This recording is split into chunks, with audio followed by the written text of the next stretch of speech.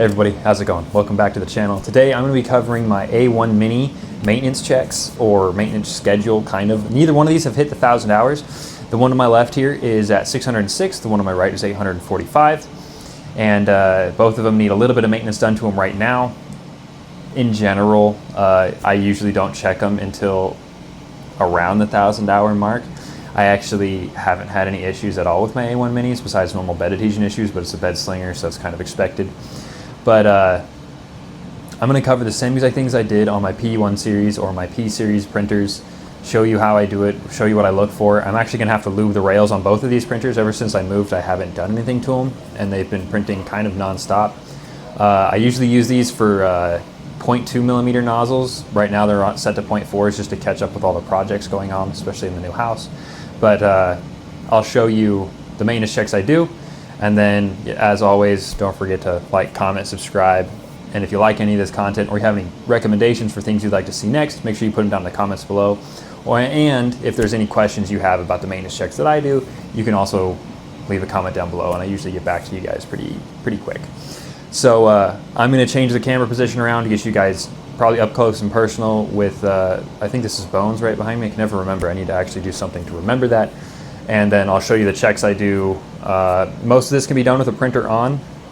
The checks I'm mainly looking for are lubrication because it has exposed rails, and then a little bit of belt tension. Belt tension is kind of harder because everything's mostly enclosed on these printers. And I'll show you areas to look for failure on them. I have had a Z-axis failure on this printer right here behind me. This is my first one. It came with a bent rod and I had to replace it. I had one on hand that I was just able to swap out and do that, but I'll show you where to look for certain failures. And other than that, it should be a fairly simple, straightforward video, and I'll try and make this as short as possible so interested people can get through this as quick as possible. So let's switch you guys around, and I'll poke and prod at things. All right, everybody. So this is my printer. I believe its name is Bones. I can't remember. But this is my shortest printer, and by that I mean it's the one that has the least amount of print hours on it. So I'm going to go through and just show you in general what I'm looking for, and I'll be moving this up and down to show other things. I'm going to try to get you guys to see under here too. There's not a lot to it, but I'll try and do what I can, zoom in, zoom out, all that fun stuff. So sit down, buckle up, and let's get into this. So the first thing we're going to check right now, per usual for me anyways, is we're going to pull off this housing. If you have a normal standard housing, let's see if I can zoom in for you guys on this. If you have a normal housing on your printer, this actually doesn't change much. It's all the same. There are actually tabs on the side, on both sides. If you just squeeze this a little bit and then lift up, it should come right up just like that. And this one's actually starting to get a little bit too toasty. I don't know if you can tell, that's getting a little toasty, but it is what it is. I'm not too worried about it. And we're actually going to check the nozzle on these first, just because there's a lot of grinding, and I'll show you on the plate here, right there. The nozzle grinds on that a lot, which means it wears a little bit faster, which isn't necessarily a big deal. Let's get you guys a little bit closer to this guy, and then I'll show you what I'm looking for. I'm going to try and tuck this up out of the way real quick too. All right. So the first thing I'm going to do with the nozzle, just like I would anywhere else, taking off a silicone sock, obviously. And then I think I'm going to go grab a light because I'm blocking it out, and I'll shine a light on you guys. All right, so now I'm back, and there should be a lot better light. So again, we took off the silicone sock, right? Pretty standard. I checked this for any melted plastic. It's actually not doing bad at all. There's a little bit of a burnt plastic there, but I'm not too worried about that. Silicone sock helps that. If you want to print your own one of these, make sure you do it in PETG if you don't use a silicone sock. If you use a silicone sock, PLA is fine. That's what this is made out of. So first thing we're going to do is unclip this. Obviously clear the filament, make sure there's nothing there. This printer's been off for a while. It's currently on. Most of the checks I'm going to do can be done while it is on. And the thing we're looking for in the nozzle, just like you would any other printer, is wear and tear. So I'm going to get that out of there. And I'm going to try and reach around here and see if I can't show you guys. So this nozzle looks fairly fine. It's a little bit worn, and I'm going to pull it out of the camera here and check. A little bit burnt, a little bit toasty, but really nothing of concern to me. You can kind of see there's some burnt filament on that. To me, that looks fine. I'm not too worried about it. But I'm also checking the heat sink here to make sure that there's no stuff in it. It can get built up with like plastic residue and things like that. And then I'm also checking this back housing right here, just to make sure that there's nothing stuck in there that would not allow my nozzle to sit properly. But I don't see anything, we're good there. Usually I would do this about every 500 hours. If anybody's curious, I do nozzle checks quite often, but that's just because I swap them so much. But typically I do maintenance checks on my bed slingers about every 500 hours. I'm doing this one early just because I moved, and I haven't done one for quite a while. And I'm going to show you kind of the things to look for on these rails too. Vorons have taught me a lot, but hopefully I'm able to share my wealth with, or share my knowledge with you guys. Another thing we're going to do is check the fan on the side here. This one looks fine. There's really only a little bit of hair in it, which is not that big a deal. It's cleaned out now. And then these are fan ducts here from the bigger fan coming from the top in here. They look fine as well. There's nothing built up in them that would worry me at all. So we're good there. I don't see any debris. We can click this back on, and we're kind of done with the tool head, if I'm honest with you. You can rotate this and see if your extruder gear turns. There should be an exposed extruder gear off the side here. You should be able to rotate this freely and make sure that there's no issues. If you try to rotate this and it gets stuck at any point, that tells you there's debris stuck in those gears and you need to check that. And I could do a full teardown for you guys at some point, but just be careful with that. Don't mind what I'm doing here. I was just checking something that has nothing to do with maintenance. Just wanted to see if that came off or if it was loose. But in general, everything looks good. The extruder gears on the inside from the top down look fine. And you can look right through this hole right here and check them. There's a little dirty, but I'm not too worried about them. I don't see anything that's a cause for concern. The next thing you want to check is your PTFE tubes. So obviously getting them off the top of here. And let's just adjust you guys slightly. Next thing you want to check is your PTFE tubes. This is basically standard for all printers. I don't recommend keeping this cable in that cable tie. Usually I have it cloth zip tied like my printer on the left hand side that I'll pan to real quick. Usually I would have a cloth zip tie on it like that to hold it up, and I need to print some stuff to actually do that. But right now we're just going to check our PTFE tubes. So let's get this. This is always terrible too. This is always really difficult. So I'll pop these out of the holder and then I'll try and do this individually here. Oh, there we go. There's one, two. This is always a pain. This thing's not super delicate either. And then we're going to just check our PTFE tubes. 600 hours on this printer. Everything looks a little worn, but realistically everything is perfectly fine. I'll clean these off a little bit. This thing likes to grip them pretty hard, and then I'll just line them back up. So slot 1 I'll put to here, slot 2, so on and so forth, and try and not let these get tangled. That side looks fine. I'll check the other side as well, and obviously you want to make sure that this depresses and compresses just fine. If it doesn't, it's cause for concern, but there's other things you'll notice before that happens. Next thing I would check is the AMS light, but seeing how this end is the one that's gonna usually have the most damage done to it, and I don't see anything really, I'm not too worried about it. So now, the next thing I'm gonna move to is just my linear rails. So these are very, I don't wanna say the word delicate, because they're really not delicate, but I'm gonna try and zoom in even more. So I'm gonna put you guys on a 5, and let's see if we can zoom in on that. So that's just about perfect. And what I want you guys to look at, and this is going to be true for just about every exposed linear rail. This goes for Vorons too, right? So not just A1 minis or anything. So let's see if we can focus on that a little better. So you can see that smudge mark right there, right? That's dirt and debris, and there's one there too. Sorry, I'm a little shaky. I'm very hot. I might have to take off the sweatshirt here. So those right there are smudges. And typically this is not what I would use. I'd actually use a chem wipe. This is obviously a Q-tip.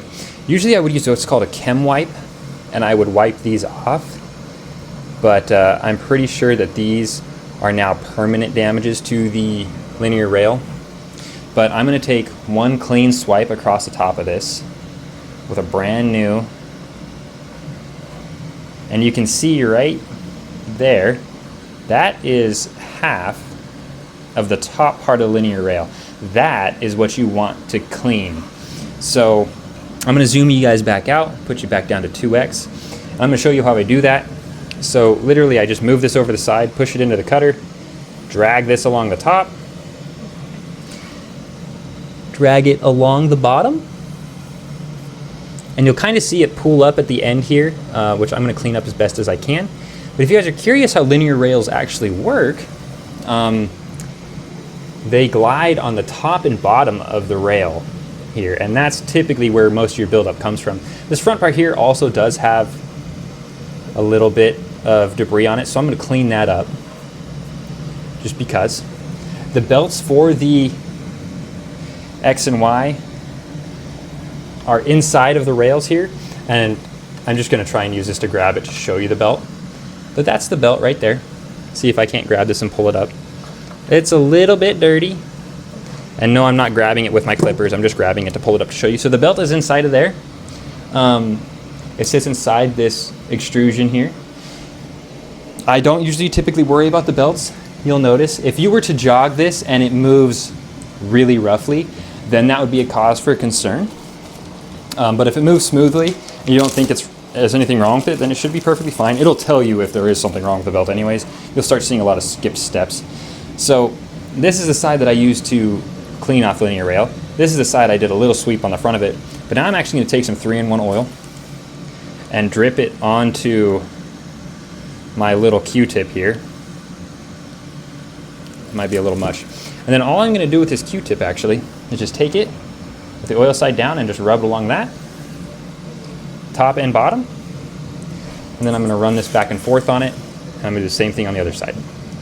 And all I'm doing is just giving some 3-in-1 oil to the linear rail. You don't need a lot of this stuff. Little goes a long way. And then you can even take and you can rub it on the front of the rail here. Just give a little extra and just help it glide along.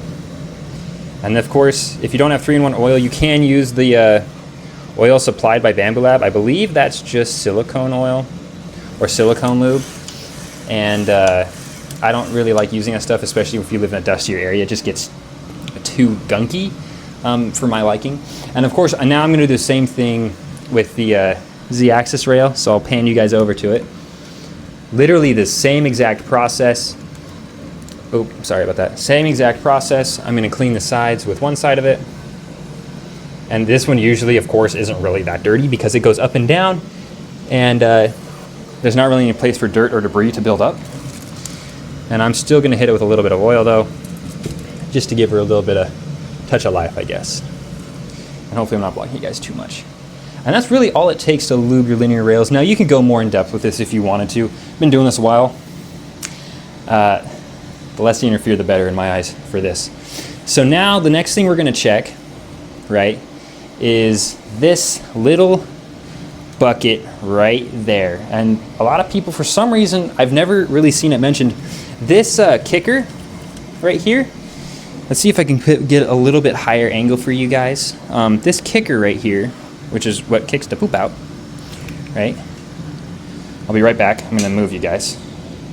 All right, so now I'm back. So one thing that I've never seen people mention, and I don't really know why, but you see this kicker right here?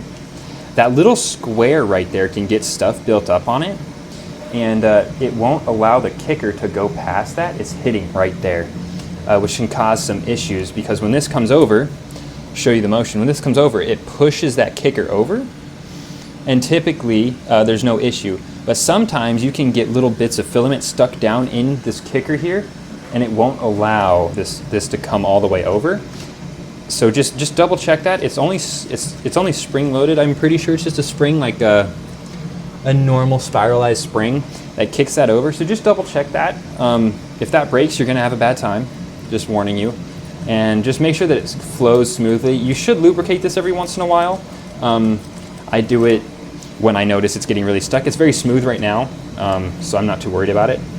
And then one other thing you can check is these right here can get deformed. This is my kicker plate. This is what I use to deflect the poop that comes out. If you do use one of these, just double check that they are seated properly on the end here and that this end cap is properly secured too, which you should have had screws there to do that, so it wasn't necessarily a surprise. But just double check that. And that's kind of the only checks I do on the main unit itself. And I'm going to back you guys out to 1 times and put you back down. All right, now that we're back down to the bed height, one of the biggest things I like to check, let me get you guys back over here. One of the biggest things I like to check is actually to see if my build plate, this here, is clear. You'd probably be surprised at how much stuff can actually get stuck under this, because usually people pull off the bed plate to do this, to get their prints off, and sometimes you can get filament stuck under there. Just double check that. One of my biggest things. And then down here we have more, I don't want to call them linear rails, but you have guide rails here to help this move back and forth because it's driven by a belt. To check this belt, it's pretty difficult. You got to flip the printer upside down and kind of dig into a little bit. But you would know if you had a Z-axis belt problem. It's pretty rare on these printers. If it breaks, it won't move, and if it's kind of stuck, it'll give you error codes. I've had it happen before when I had my Z linear rail there. Turns out it was a manufacturing defect. It was covered under warranty. But same thing for cleaning this, except I usually, I don't have another Q-tip or else I would, but this one usually isn't as dirty. Try not to touch it with your fingers like I am right there, but I'm going to clean it pretty deeply after this. Check this top rail plate, and you want to look underneath this right here, because I've had filament get stuck under there and cause a terrible grinding noise. But one of the things you can do is just move this back and forth a little bit, and if it feels smooth and it moves well, you should kind of be able to feel the steps. And when I say feel the steps, there's like it kind of clicks every move. You should feel that. And if you don't, it's too loose, or you don't feel those clicks at all, that would be cause for concern. There's a Z tensioner on this, or for back and forth. I think it's Y tensioner or X. I don't know what axis that is. I can't remember. But if it's too loose and you don't feel those teeth of the belt, then that's cause for concern. Or if it's way too tight. Now, obviously, if you just finished a print, you tried to move this, it probably wouldn't let you all that much. But this is all done with the printer on so far. If you want to flip this over and go any farther into troubleshooting or issues like that, you obviously would want to turn the printer off. But those are just my general maintenance checks for this. I do have some for the AMS Lite that's off to the side over there. But realistically, the only problem you're going to have is with the feed funnels right here. These feed funnels can go bad. These are just spring returned. See? So even if something bad went on here, it's a pretty simple fix, and it's not the biggest deal. Most of the electronics are in this part right here that tell everything. So your feed funnels are going to be the most important check. One thing you can check if you want to is the end of your PTFE tubes. This one looks a little worn. Not all that bad. I'm not concerned about it. And I haven't had any AMS getting stuck issues.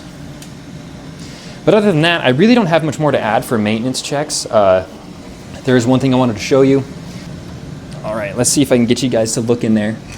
So, let's see if I can turn this a little bit more. So you see right here. All right, I'm gonna try and get you guys cornered around that. All right, so here's one of the biggest things to check, and this is your Z-axis screw. This is probably one of the most important things. I'm gonna grab a flashlight too, just to make it a little easier for you guys. But inside right there, let's see, inside right there, there is a glob of stuff. That is actually from the silicone, whatever it is, whatever lubricant they use. One thing you want to check on this is that all of these spots look okay. So I see that glob there, but I don't see any problem with the glob. And then let's see if I can get you to focus on the glob again. So that glob in there, right? Glob right there is really just a buildup of the highest point your printer goes. I don't print full volume on these. I usually use it for a lot smaller prints. And if you use it for a lot smaller prints, one thing you can check is down at the bottom, right in here, is to see if there's any filament stuck down here or dust and debris. I don't see any. It looks really clean. It looks really nice. so I'm not too concerned down here, and a lot of this Z-screw still looks perfectly fine. But just always remember to check inside of here if you think anything's wrong with your Z gantry, because sure enough, something could definitely get stuck in there, like hair or debris, because it's so open, and then it could cause problems for you. So let's get this moved back, get you guys zoomed out. Sorry, rattled your world there. Get you guys zoomed out, and then I'll call it good there. And of course, I'm gonna do the same thing on this printer as I will this printer. If you don't have an AMS Lite, your checks are a lot simpler because you only have one tube coming into the top of this. So if that's the case, congratulations, you don't have to worry about any of the AMS Lite stuff going on over there. But other than that, that's really all the checks I do. You can run a calibration on the device, and usually after I lube everything up, I will run another calibration. I'm not really concerned with this one because I didn't actually change anything. If I ever get to the point where I have to change the belts, it's not fun. It's taking this off, taking this apart, and really breaking it down to get access to those belts, which is one of my biggest gripes about Bambu Lab, is it does not make it easy to do that. But I'm hoping in the future they fix that. But without further ado, I'm going to leave you guys there. Don't forget to like, comment, subscribe. If you have any questions or tips or comments that you'd like to add to this, feel free to do it. Hopefully this was somewhat informative for all of you, and I made this way too long. But again, thank you everybody for the support. I really appreciate it. And my next video is probably going to be doing some office remodeling, because I don't want to show you the office right now. It's pretty terrible. But thanks, as always. Peace. Adios. Get out of here.